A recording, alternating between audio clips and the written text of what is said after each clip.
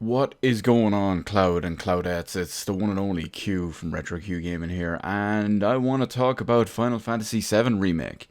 That remake that's coming out at some point next year, early next year in 2020, and is probably going to drive everyone insane. Hopefully, it lives up to all the hype. Hopefully, the combat isn't too Final Fantasy 15 ish.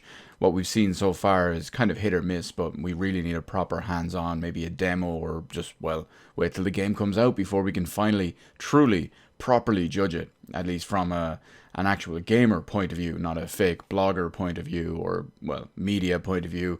But anyway, I digress. Back to my original point. With Final Fantasy VII Remake currently being slated for first on PS4, a timed exclusive on PS4.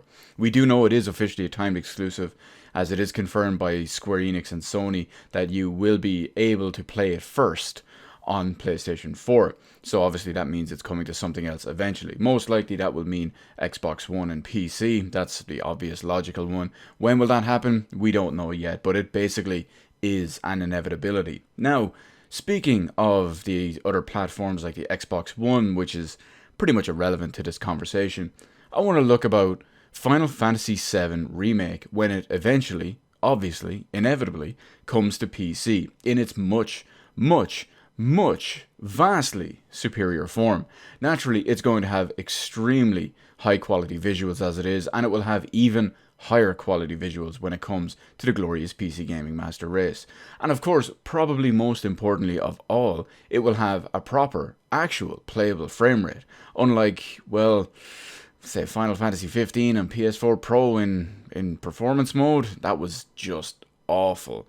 I'm hoping that Final Fantasy VII Remake does not follow suit, but we don't know just yet. However, Final Fantasy VII Remake does have something going in its favor, mainly a better engine, a more optimizable engine, and that is where the main point of this video and the big question comes into play. So, when Final Fantasy VII Remake does come to PC, obviously, what is going to happen? Now, Final Fantasy VII is obviously made by Square Enix, and Square Enix have supported Steam this entire time. Ever since the Epic have gone and started buying up exclusives and whatnot too, Square Enix have stayed with Steam. There's many other developers and publishers and whatnot out there that have stayed with Steam and completely ignored Epic's bullshit, underhanded practices, but Square Enix have always stayed with Steam in this regard. They offer their own digital downloads and all too, but they also offer Steam keys. Now, here is a big problem. With the likes of Final Fantasy VII Remastered, obviously that is a very extremely high profile game. Something like that, something akin to Borderlands 3 if you will, might be a tipping point. It might be a linchpin for many different people in order for them to make a, maybe not full switch, maybe a temporary switch. It would convince them to buy at least one game, at least the game in question, on a different platform. Now, here is why this is even a topic that I'm talking about. When it comes to Final Fantasy VII Remake, it uses the Unreal Engine. Now, regardless of what happens, because when you look at it, Epic Games could either pay for a massive amount of copies sold in exclusivity and get them that way with a large lump sum.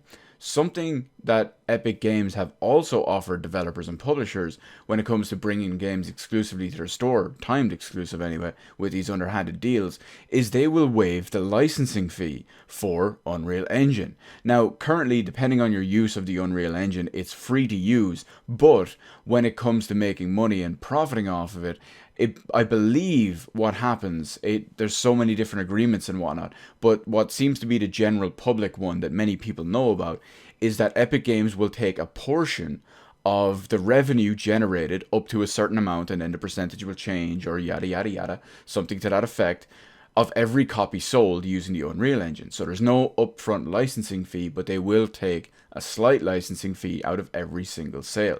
Now, when it comes to Steam and when it comes to launching on the Epic Game Store, if say Final Fantasy VII Remake was to launch on the Epic Game Store, there could be a massive behind the scenes payment as well as the removal of that, I think it's 5% licensing fee. And not to mention, of course, they get the 88% for Square Enix would get the 88% revenue split of every single copy sold. So that's something that's very, very important to take into consideration, because a game like that is going to sell a lot of copies. It's going to make a lot of money. And all those 5%, all those 12%, all those 88%, everything that comes off it all adds up. So that begs the question, what do you think is going to happen? Are Square Enix going to release Final Fantasy VII Remake on Steam, or are they going to release it exclusively on the timed exclusively anyway on the Epic Games Store through some sort of back alley, underhanded, shady means?